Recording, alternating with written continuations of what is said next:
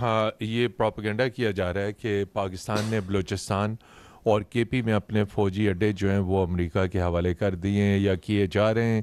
اس حوالے سے معاہدہ طے پا گیا اور ان اڈوں کے پاکستان میں کسی کو نہ کوئی اڈے دیے گئے ہیں نہ دیے جائیں گے. جی، پیریڈ. تھینک یو سو مچ. یہ تو ایک مذاق خیز بات ہے جو آپ نے خود ہی پروپیگنڈا کہا. This is a propaganda. Sir Muhammad Imran, head of defence desk, Suno news. Sir ابھی آپ نے اکاؤنٹیبلٹی کی بات کی. انٹرنل اکاؤنٹیبلٹی کی ایک پروسیس ہے جو چلتا رہتا ہے. ایک انکوائری اور انیشیٹ کی گئی تھی، وہ سابق ڈی جی ISI جنرل فیض کے خلاف، اور ایک جو ہاؤسنگ سوسائٹی تھی ان کے اس سارے معاملے کے اوپر. تو سر ذرا اس کا جو اب تک کا سٹیٹس ہے اس انکوائری کا وہ ذرا کائنڈلی شیئر کر دیں. دیکھیں، میں نے آپ کو جیسے پہلے عرض کیا کہ ہمارا ایک سخت، کڑا اور شفاف اکاؤنٹیبلٹی پروسیس ہے وچ از آل دا ٹائم ان پلیس. یہ جو پرٹیکولر اکاؤنٹیبلٹی، یہ جو آپ نے انکوائری کی بات کی، سپریم کورٹ کے احکامات میں وزارت دفاع کی ہدایات کے مطابق سینئر لیول پہ ایک 2 اسٹار جنرل جو ہے اس انکوائری کر رہے ہیں. اور اس کا مقصد یہ ہے کہ الزامات تو ایک طرف ہوتے ہیں کہ اس کے حقائق تک پہنچنا ہے، اس کے محرکات اور حقائق تک پہنچنا ہے، to bring out the facts, اور اس پہ اس سفارشات مرتب ہوں گی. And that's how we operate in all inquiries based on facts.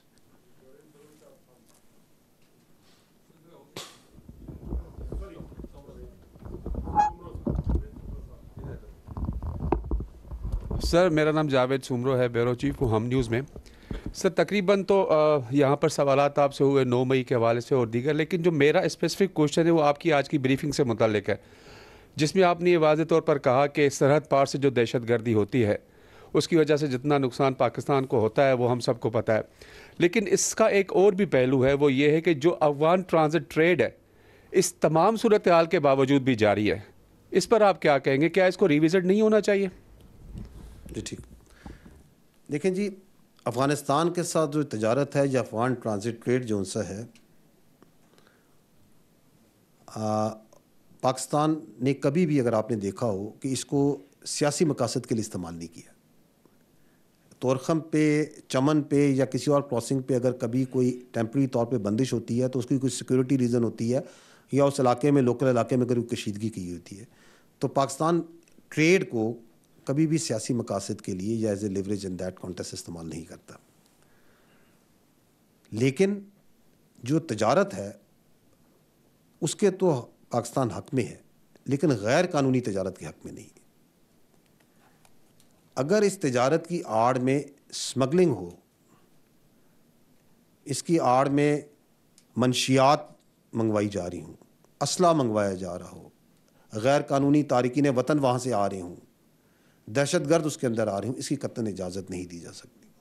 کیونکہ ہمیں یہ سمجھنے کی ضرورت ہے کہ یہ جو انلیگل اسپیکٹرم ہے، جو غیر قانونی سرگرمیاں ہیں، ان کے سائے تلے ہی کرمنالٹی پلتی ہے، اسی کے نیچے دہشت گردی بھی پلتی ہے. تو ان کا ایک بڑا کلوز نیکسس ہے. تو بالکل ٹریڈ کو آپ سیاسی طور پہ، سیاسی لیوریج پہ نہیں استعمال کرتا پاکستان، اور نہ کرے گا. لیکن غیر قانونی اسمگلنگ، انلیگل اسپیکٹرم کے لیے کسی قسم کی اجازت نہیں ہے. اور اس پہ جو ہمارا یہ جو افغان ٹرانزٹ ٹریڈ ہے اور جو افغانستان تجارت ہے، وہ باقی بھی اسی اصول سے ہم وی آر گورنڈ کہ جو پاکستان اور پاکستانیز کی ویل بینگ ہے، that is supreme, everything else is secondary. Sir Sardar Hameed from news 1 television. Sir میرا کوشچن سر یہ ہے کہ برادر اسلامی ملک سعودی عرب کے ساتھ پاکستان میں کے جو تعلقات ہیں وہ ایک آئیڈیل سچویشن میں آگے بڑھ رہے ہیں، اور اگر ماضی قریب میں بھی بات کریں تو کافی کوششیں کی گئی ہیں، ملٹری لیڈرشپ بھی آن بورڈ ہے کہ تعلقات بہتر ہوں. لیکن ایسے میں ایک پولیٹیکل پارٹی جو ہے وہ مسلسل اس طرح کی بیان بازی کر رہی ہے، خاص طور پر رجیم چینج کا الزام جو ہے اسی برادر ملک کے اوپر عائد کر رہی ہے. اس پہ کیا کمنٹس ہیں؟ لیکن پہلے تو میں یہ عرض کرنا چاہوں گا کہ سعودی عرب کے ساتھ پاکستان کے بڑے دیرینہ، برادرانہ، محبت اور احترام والا رشتہ ہے. اور رائل ہائنس شہزادہ خالد بن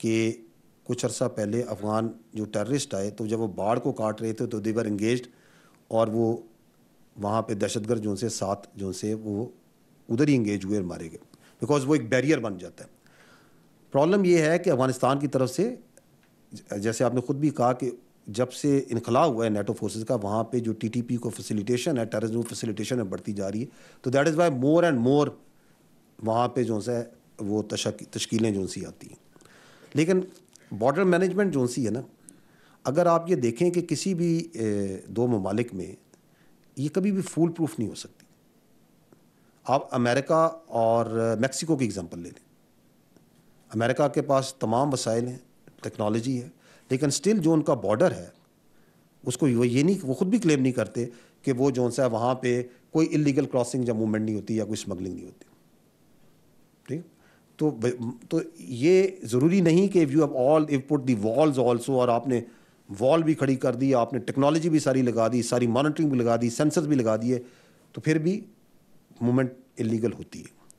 دوسرا یہ ہوتا ہے کہ جو بارڈر ہوتا ہے یہ اس کی مینجمنٹ میوچل ہوتی ہے, دو یک طرفہ نہیں, یہ دو طرفہ ہوتی ہے. دونوں ممالک کے درمیان جو بارڈر ہوتا ہے وہ both have to invest them self, اور بوتھ کی کمٹمنٹ ہونی چاہیے کہ اس بارڈر کو کی سینٹٹی جو ہے اس کو ہم برقرار رکھیں گے, وہاں پہ اسمگلنگ نہیں ہونے دیں گے, وہاں پہ انلیگل موومنٹ نہیں ہونے دیں گے, صرف کراسنگ پوائنٹ سے ہی ہیلپ ہوگی. جبکہ پاکستان تو ایک طرف اس میں بھرپور کوشش کر رہا ہے اپنے وسائل کے مطابق, لیکن دوسری سائڈ پہ اس طرح نظر نہیں آ رہا. بلکہ انفارچونیٹلی کبھی کبھار تو شواہد ملتے ہیں کہ وہاں سے اسمگلنگ کو اور جو دہشت گرد ان کو فیسیلیٹیٹ کیا جاتا ہے موو کرانے میں. اور تیسرا جو ایشو ہے وہ یہ ہے کہ دیکھیں, other than this border there are crossing points. Decade سے جو ہمارا اور افغانستان کا جو موومنٹ کا طریقہ تھا وہ انفارمل تھا. یہ اب سیکورٹی ایجنسیز نے اور حکومت نے جو سا ہے بڑا فرملی اس کے اوپر جو دنیا کا مروجہ طریقہ ہے پاسپورٹ کا, ویزا کا, ون ڈاکومنٹ رجیم, اس کو لاگو کیا ہے. دوسری طرف سے اس پہ تحفظات ہیں افغان عبوری حکومت کی طرف سے, لیکن ہمارا پوائنٹ یہ ہے کہ یہ this has to be as per جس طرح پوری دنیا کے بارڈرز میں ہوتا ہے. ہم نے اس کو ایک نارمل بارڈر بنانا ہے. یہ تو نہیں کہ کوئی آ جائے ادھر اور بعد میں وہ علاج کے لیے آئے اور بعد میں پتہ ہی نہیں چلا وہ کدھر چلا گیا, یا وہ کسی اور وجہ سے آئے اور کوئی پتہ ہی نہیں کہاں چلا گیا. تو پاسپورٹ ہونا چاہیے, اس پہ ایمبیسی میں جس طرح ویزا لگتا ہے اس کی وجوہات ہونی چاہیے, کیوں ویزا لگنا ہے, کتنے دنوں کا لگنا ہے. تو دیٹ ون ڈاکومنٹ رجیم جو ہے وہ بڑا امپورٹنٹ ہے پلیس کرنا, اور وہ پلیس کیا جا چکا ہے, اور بتدریج اس نظام کو امپروو بھی کیا جا رہا ہے. اینڈ اندر ریزن از کہ دیکھیں پاکستان میں افغانیوں کی ایک بہت بڑی تعداد آلریڈی موجود ہے. میں نے آپ کو فگر دیا کہ جب سے یہ سیکیورٹی ایجنسیز نے اور حکومت نے یہ مہم چلائی کہ اللیگل افغانس کو نکالیں, تو اس کے بعد سے ہم تقریباً 5,63,000 سے زائد افغانیز کو وہاں سے جا چکے ہیں, پاکستان جا چکے ہیں, لیکن ابھی بھی لاکھوں کی تعداد میں یہاں موجود ہیں. پروف آف وہ ریزیڈنس ہے, افغان سٹیزن شپ اسٹیٹس ہے, مختلف اسٹیٹس میں اللیگل بھی ابھی موجود ہیں. تو یہ اس کے اوپر بھی جو سا ہے ان کے سرویز ویئر آر دے, اور وہ کسی اور ملک کی طرح نہیں یہاں پہ پھیلے ہوئے ہیں, مختلف شہروں میں پھیلے ہوئے ہیں. So there are multiple issues.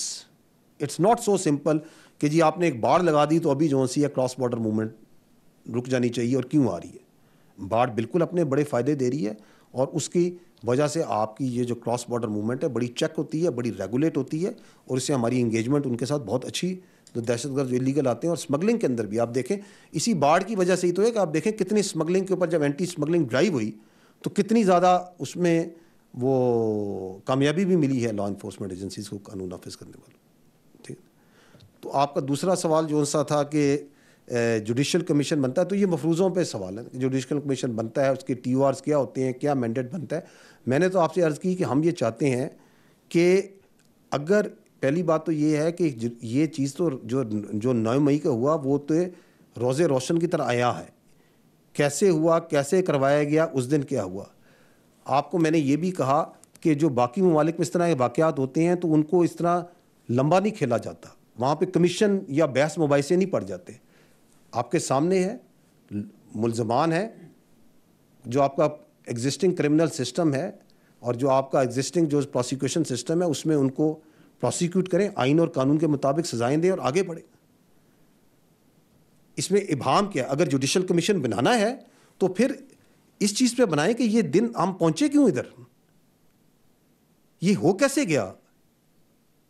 یہ بڑی یونیک چیز ہے, دنیا میں کس ملک میں ہوا؟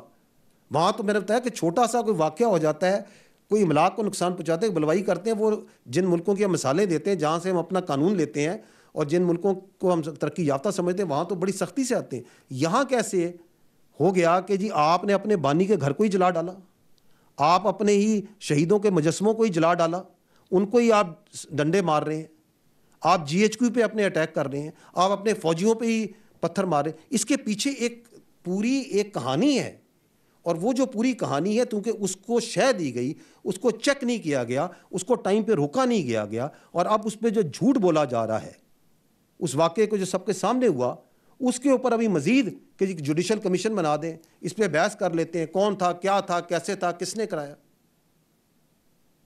تو میں تو یہ عرض کر رہا ہوں کہ اس کا کوئی فائدہ نہیں ہے. لیکن اگر بنانا ہے then go back, then find out کہ یہ کس طریقے سے یہ برائی یہاں تک کیسی پہنچی.